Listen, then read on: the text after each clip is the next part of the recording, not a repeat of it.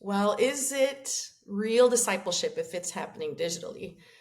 Well, as long as there's people there and you're not talking to robots, it's real discipleship. So as long as we're talking about human beings that have a real need for Jesus and have a real, you know, experience, then yeah, this is real discipleship.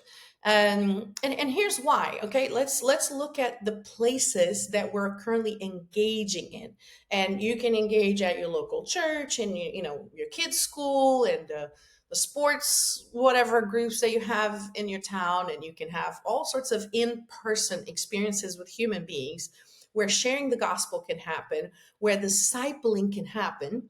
But I would argue that a lot of us are also have experiencing life digitally. We are part of Facebook groups, we are part of WhatsApp groups, we are connecting with people online, and so why would we remove discipleship from those channels? Why would we simply say, hey, I can disciple in person, but I cannot disciple there? And so I think the question is actually a little bit backwards. We have been wondering, can discipleship that happens digitally be real discipleship? And I think at the end, we're just asking the wrong question. I think it's like, why wouldn't we bring discipleship to the places we're already engaging in, to to the spaces that we're already connecting with people? As long as there are people there, it's worth discipling them.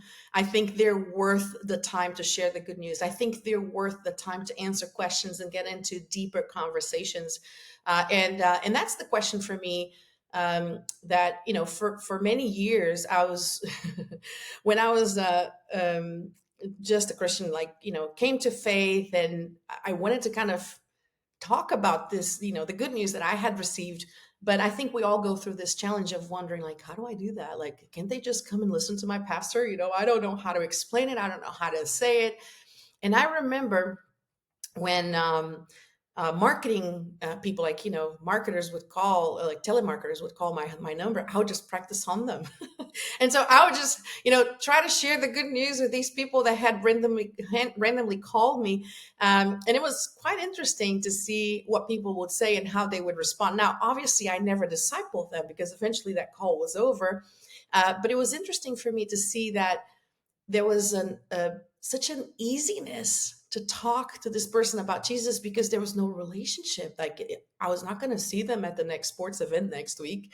And so it was a way for me to kind of practice sharing the good news with somebody that was already calling me. So I wasn't the one, calling some random person. But anyway, this to say, it doesn't matter how you see this, as long as they're humans on the other side, as long as they're humans interacting with you. I think we need to bring discipleship. Now, some people may not be willing or interested, but we know of endless stories of those that are ready and willing and really interested in having someone disciple them. And all they have is online, all they have is digital. So for me, the question is not, is it real discipleship as much as it is like, why should we keep it outside of digital spaces? So discipleship, where I go, it goes with me. Sharing the good news, where I go, it goes with me. And if I'm engaging online, if I'm going to places digitally, and I'm engaging with people, with human beings with a need for Jesus, then it goes with me.